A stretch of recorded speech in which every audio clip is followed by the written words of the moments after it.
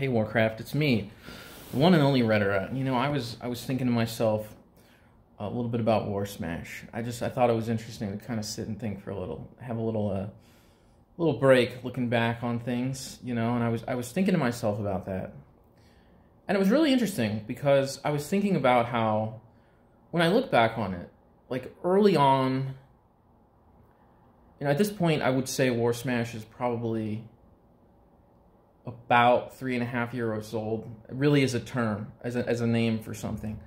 The code is older than that, but the name Warsmash was popularized by me in 2019 because at the end of 2018, after Reforged was announced, you know, I'm sure lots of people have heard that story. I went to a work dinner, I had some alcohol, and I came back and I just started writing this Google Doc about, you know, screw this Reforged thing, you know what, we're going to have the Declaration of Independence, I'll make my own game, that's what I'm going to do. But what's interesting to look back on those days is that, realistically, I think it's possible that in those early days of Warsmash, and probably like leading up to, you know, when the first prototypes were playable and those kind of times, back then sometimes I would write online an interesting thought about how maybe I was building Warsmash for other people, or in particular maybe for one particular person that I knew online, and not only for myself, because I sort of wanted to prove a point that when I would say, hey, you know, you could just, why struggle with stuff? You could just make your own game. When the time that we spend in World Editor is almost like mentally insane. And at the time, I was still spending time in World Editor, but I was saying, you know, I spend the time in Warcraft 3 World Editor, but I know that I do so out of a choice to be wasteful in some sense, or to do something that sort of has a known bad ending. And that bad ending is not being free in some sense, not being allowed to kind of finish the Warcraft mods that you would build, because there are limitations on the editor that are insane. They're pointless limitations, and we know that you could remove them if you had the source code of the World Editor and the source code of Warcraft 3 game, and we know that no one is removing them, and no one has removed them for 20 years. You know, that's not new with Reforged. They just never did. Reforged actually did remove a couple of the limitations, but I would say there are many things I would have done that they didn't do. I have a video of myself talking to a camera in I think it's 2017 or early 2018, before Reforged was announced, but when there was a rumor about updates happening to Warcraft 3. And I recorded a video of myself pretending to be a Blizzard employee. And in that video, I said what I would change in Warcraft 3 when I made my own remaster of it. I've laid out my plan, what I was supposedly working on as my fake Blizzard employee. What's really fascinating to me is that the kinds of things I thought of in that video, and this is a private video, it's not on YouTube, it's just something I made for myself, but the kinds of things that I thought of in that video are not anything that was ever done in Reforged, and they're not things that would really, I thought, be hard to do. They might be hard to do now because Reforged is in the way, but prior to Reforged existing, they would not have been hard to do. And these are just simple concepts like taking Warcraft's object editor and copying the concept of the tabs in the editor and the concept of different object types, and just adding a few more object types for ease of use for the users, so that if a player wanted to add more terrain tiles, maybe it's something they can already do with some kind of hacking on Warcraft 3 right now, but basically you just go in the object editor to, you know, 3 or 4 new tabs and go to like a terrain tile tab and add terrain, or go to like a lightning tab or add new types of lightning effects and these other sorts of things. And you know, I laid out all of this stuff I was pretending to do in 2017, basically, maybe early 2018, when Blizzard announced they were working on Warcraft 3 again. Because at the time I thought it would make a funny trolling video, and I just never really finished making the video because I was kind of just messing around. But anyway, so with all of that in mind, the really interesting thing, I guess, about Warsmash, and thinking back to the present, is that I think when I was making it, it's like maybe I always knew that I was working towards something that doesn't entirely work. That the point of it isn't or wasn't originally the insane idea of replacing the Warcraft 3 platform for people, but more so showing that they could replace it for themselves. And I think that as to the extent that I find myself as like a YouTube persona and being the Warsmash guy on the internet, maybe we have a tendency through social media to sort of dehumanize what I'm portraying myself as in that moment, and to encourage other people to forget that they could make their own Warsmashes as well, that it's not a reasonable future to hope and depend on the idea that Warsmash will be your Warsmash, but rather the human element that you should educate yourself to be able to make whatever you want and make a game if you want. And Warsmash just kind of took the form of a lookalike to Warcraft 3 while I was writing it, because it kind of proved this point of poking fun at how we could sort of all be free. So with that in mind, I guess it's interesting right now to think about the flow of the social interactions of humans. And I was thinking to myself that I've maybe sort of always known when I was writing Warsmash that at some point the world was probably going to step in and tell me that I didn't get to keep making Warsmash because there are too many other things in human life that are important. There's a lot of different people and a lot of different things in the world, and lots of important stuff. And so it always seemed fairly logical that eventually the world would step in and tell me I couldn't work on Warsmash anymore, that the goal that I was working towards, I don't want to give up on working towards that goal of like full replication of a Warcraft 3 patch 122 client, basically. But realistically, no one is ever going to pay me like a daily salary to do that I know of. You know, this is something that is always just me messing around. It's a volunteer effort on the internet. So with that in mind, thinking of my silly volunteer effort on the internet, I don't know, I was thinking about that. The past and the future are interesting things. You know, a lot of the code in Warsmash to really try to make it look like Warcraft 3 is copied from the works of Ghostwolf. And one of the things Ghostwolf had kind of told me, that I've mentioned this in some of my other videos, I don't think he's around on Warcraft 3 modding anymore, and that's probably good for him. I hope he's taking care of himself. He's really an interesting character. But early on, one of the things that he was kind of saying was that basically modding Warcraft 3 and building a viewer that could try to really do the OpenGL rendering in a way that looked almost exactly like Warcraft 3, made him feel suicidal, because he believed that no one else in human society appreciated what he was doing. And he seemed pretty adamant about that. And at the time, I'm not sure I really appreciated what he was doing. But when I was talking to him about it, it really struck a chord with me, because probably, I don't know how this happened, but like 2 or 3 months prior to Ghostwolf telling me that on Discord and having this moment where he was saying, yeah, you know, really Warcraft 3 makes me want to kill myself. That's what he was saying, right? Excuse me. About 3 months prior to that, or something, and not very long, I'd been talking to this other guy when I had a pretty down moment, and this guy, he was asking me to do something for him on Warcraft 3. I don't remember exactly what it was. It might have been like an upgrade to Retera Model Studio or something that was like very conceivable to do, but I just didn't feel like doing it.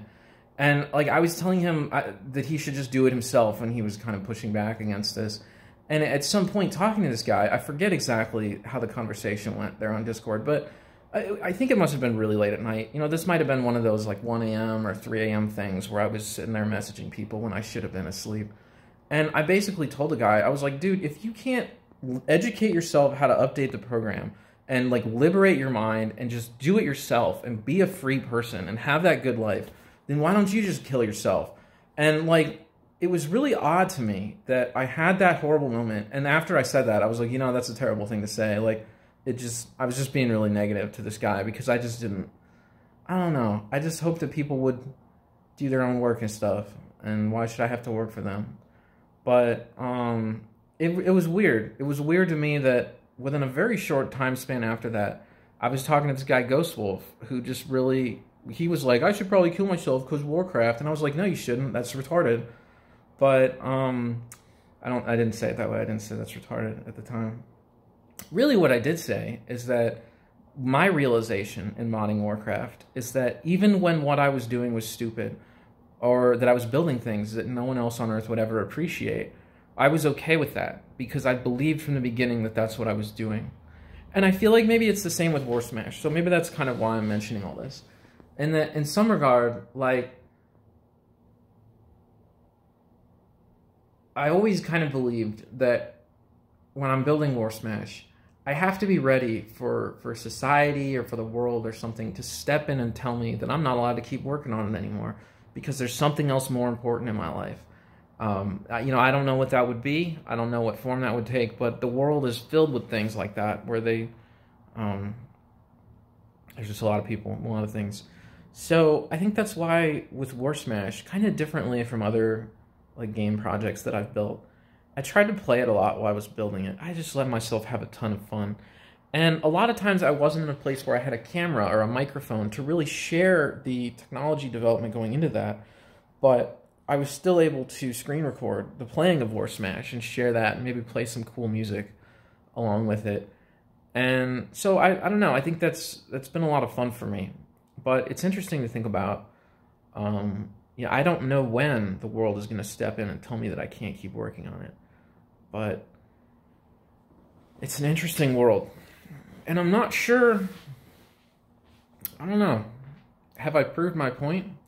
To the extent that I early on thought that I was proving a point to a particular guy, over time I think it just because on Reforged we didn't play the game as much, and I didn't play the game as much, I found myself distanced from that same guy I used to talk to on Warcraft 3 all the time. So there's that weird social element of, it seems like people are always getting more and more distant from each other or something like that. And I think that's unfortunate. But, I don't know. I don't know. If anybody else ever lives in a future where you have this video but you don't have me around to talk to anymore because the world forces me to move on to some other thing in life or some other thing to do that isn't Warsmash and isn't Warcraft 3, and I just...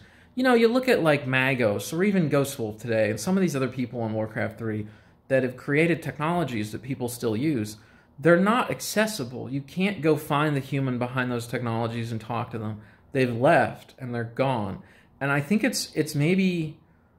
I don't know if it's a good decision for my life that if somebody comments on a video that I make, like talking like this on YouTube or something, that a lot of times I actually would see that and reply. And that might lead to me upgrading Retera Model Studio. It might lead to me upgrading Warsmash or like trying to help them. I don't know that that's good.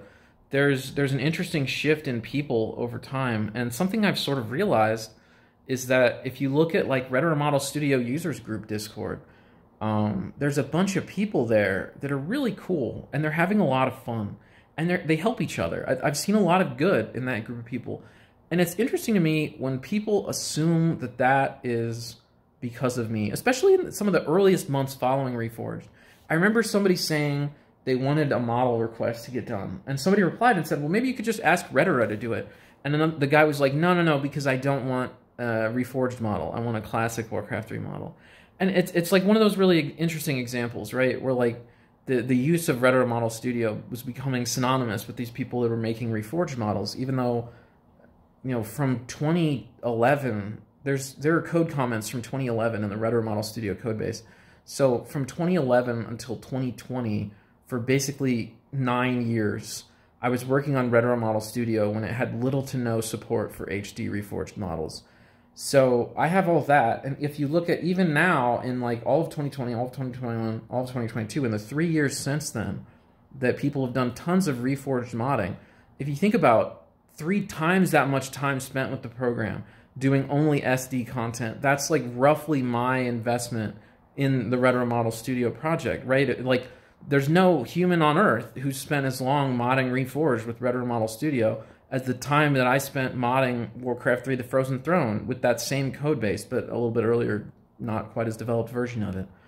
So it's interesting to me that, you know, these communities can evolve, that are moved onward and moved to the future. And I think that the people that are modding Reforged have kind of moved forward. And then there's this problem that as they realize that Blizzard isn't probably really interested in supporting what they're doing, and that they're really kind of on their own, there's that weird element where being on your own is a better feeling with the old classic Warcraft 3 than with Reforged, because There are more years of ways to be on your own with it.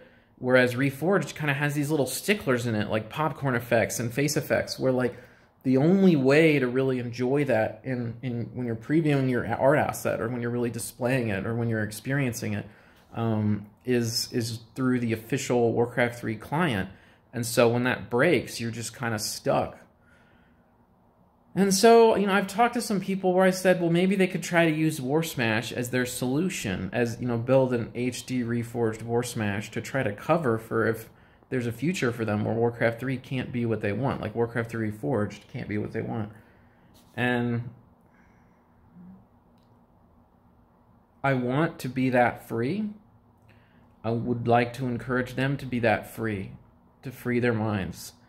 But I don't know that I am going to be afforded the spare time to actually build that for them, even if I wanted to, because of the way life and the world goes. So I think that's interesting and important to keep in mind.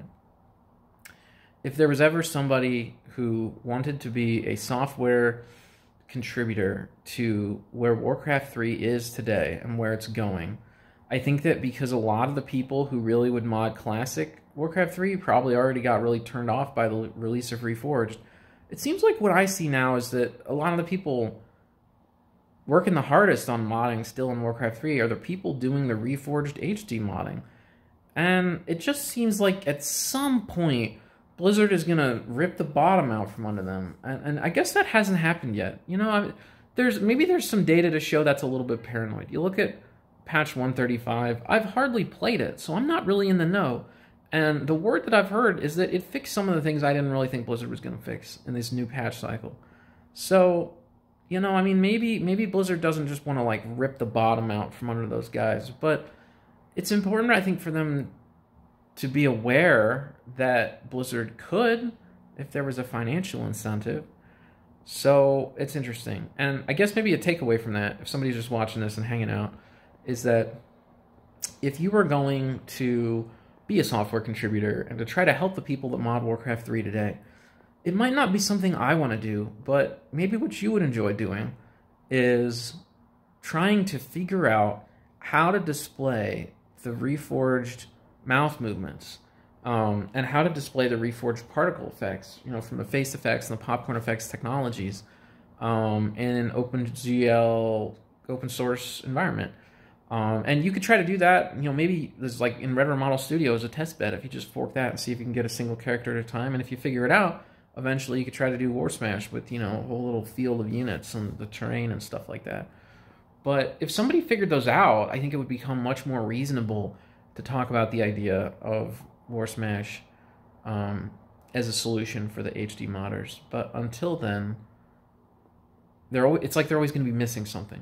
You know, that like Bob Kotick and his guys at Activision and their leadership that created Reforged, I'd say one of the things they did right in their own favor would be to have achieved this world where Warcraft Reforged assets currently really only display accurately and fully in Warcraft Reforged.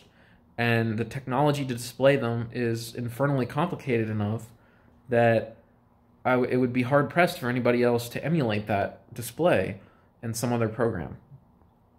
So, yeah, that's something you could work on if you wanted to contribute to the open source communities and the Warcraft 3 modders freeing their mind. But I'm not sure I want to work on it because, you know, I already wanted the freedom, and I sort of knew from shortly after Reforged was announced that it had a future as a technology product that would be different than what I enjoyed working on. And that doesn't make it wrong. You know, it still is that thing for all those other people. And Retera Model Studio has helped them in what they were doing, I think. But for my own part, if I spend a lot of time figuring out how to display popcorn effects and face effects, it's like, you know, it's like being almost taken advantage of in some sense, of where like you come up with, you know, you see this future, it's going to be a certain way. It's not going to, you know, it's going to try specifically to move away from what you like doing. And you're like, okay, so I'm going to stay in the past and do what I like doing. And at some point, somebody's like, okay, but you need to force your past to our future. And it's like, isn't the reason that I tried to have that liberating, almost parody of the Warcraft 3 experience of Warsmash. Isn't the whole point of that just about so that I wouldn't have to do that, wouldn't have to do Reforged? You know, why not let Blizzard have their Reforged and let Warsmash be for the oldie people from way back trying to just have a modifiable client, try to, you know, mod it to the max or something like that. So maybe that's kind of my interesting dilemma. And, you know, I actually applied to Blizzard again last fall when they had an opening for a software engineer in the hopes that maybe I could try to fix some of the stuff that was evidently going wrong on patch 133. So that, you know, maybe I could sort of consume the Warsmash and use up that, you know, that what I had learned these past 3 years, helping the people and sort of maybe you could almost say doing what's right in a certain manner of thinking. You know, that there are these players who get into Warcraft 3 modding and then some patch happens and they can't open their map. And it's like, if I could just go there to the company, be on the inside, and fix the code, wouldn't that would fix things for the real users? Because Warsmash doesn't have users. You know, there aren't people making Warsmash maps that I know of. They're making Reforged maps. There are people making Reforged maps. We can see that on the internet. It's not hard to measure that. So, yeah. Anyway, it's interesting. It's an interesting time. And I think to myself, you know, it would have been nice. I think it could have been nice, I think, to go over to Blizzard and try to fix it. But by and large, you know, I guess they have people there that want to fix it and just aren't really as passionate about Warcraft 3 as I am. Maybe they would say they are. So maybe then how do you define passion? So I guess for me, what I have kind of enjoyed was maybe an almost kind of like crazy, silly level of taking the game apart and seeing how it was made inside. And so, like, for me, Warsmash has been, like, maybe I shouldn't even use that word. The idea of trying to emulate the game experience that I had in my childhood without its code, and thereby meaning that I had to figure out in my head, you know, why did this happen? How did that happen? How did this feel? You know, what makes it look like that? How do you tell a computer to render a pixel with this if, you know, you're blending 3 different layers behind it, but the render order of the layers is incorrect? Getting those experiences and seeing things and tweaking things and just having fun with it, for me, it was kind of like a throwback to the childhood of the World Editor and the times of playing with this game that, you know, there were a lot of weird, buggy things rough around the edges in Warcraft 3's code, but learning them and trying to overcome it and just being creative or fun.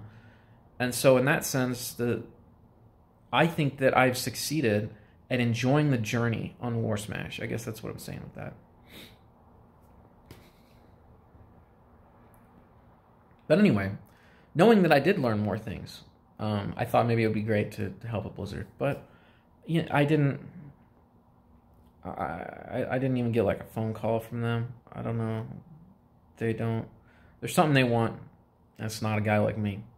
So I guess what we do know from that is, you know, I'd say it's one of two things. Either they really, really suck at recruiting, would be kind of the first thing, right? Or secondly, they're really, really good at it and money focused. And they can look and they can say, a guy like me who really likes the games would not be as valuable as someone who really wants money. You know, somebody who wants to build the Arclight mobile Rumble game thing. That the chasing the money is really the future of their company. And that might be what they believe. It's definitely, I'd say it's either that or it's like the total opposite. So I don't know. I don't really know that. You know, I didn't really get a chance to talk to them. But yeah, anyway, I hope all the YouTube viewers, YouTube tells me hundreds of, you know, like 100 people watch each of my videos, and I don't know who those people are most of the time. So it's weird, you know. I guess yeah, feel free to like subscribe and stuff, you know. I don't make money off these YouTube videos. I never got enough subscribers to do that. I never said to subscribe in my videos, so I don't get any money, you know. I'm just hanging out. It's just honest most of the time. But yeah, I don't know. Anyway, that's the state of the day, the state of the union of Warsmash, I guess, today. It seems kind of grim. I look on Warcraft 3. It doesn't really seem like there's very many people in some of the circles. I guess in other circles there are. You know, there's always people doing certain things. People who find a way, you know, they pick out what they want to do and they find a way to do it. They're having fun. But I don't know. I almost like too much let myself laser focus in areas where I shouldn't focus, I guess, in the communication technology. So my perceptions of things, my opinions of things are biased, and they're not totally correct. But anyway, I hope the future of Warcraft 3 is good. I find myself no longer surrounded in person, for the most part, by people who would ever even touch Reforged, even with a 10-foot pole. So I don't much play it, and I think it's gotten harder and harder. And I don't know if that's a social element. Do I blame the world or I blame myself? But it's harder and harder to actually make time to play Reforged anymore. And in that sense, you know, there's going to be a point where probably people want to put their trust in me, but they'd probably say, if they had all the information, maybe they'd say my opinion is irrelevant. And maybe that's what Blizzard said, you know, when I tried to send them an application. I don't know. They didn't really send me much back other than a rejection email. And then another one. So there you go. Alright, guys. Sorry, I don't know. I gotta like blow my nose or something. There's like something in this room. Gotta do some house cleaning. Yeah, so anyway, that's kind of my thoughts. You know, I think it's fun sometimes to try to sit down and make a video and just think out loud. I actually, over the past 3 years with Reforged and with other things, I had a number of videos where I just sat around and thought out loud. And most of them I never really uploaded to the internet. I didn't really do that. So, yeah, I don't know. Who knows? Maybe I won't get to do that, but it's interesting to think about at least. This video's gonna be pretty long. Now I gotta go. Alright. Take care, all you dudes on the internet. And, yeah. Whether I get to join you on Warcraft 3 or not, you know, pick something that makes you have a good time, you know. Don't just sit around watching YouTube.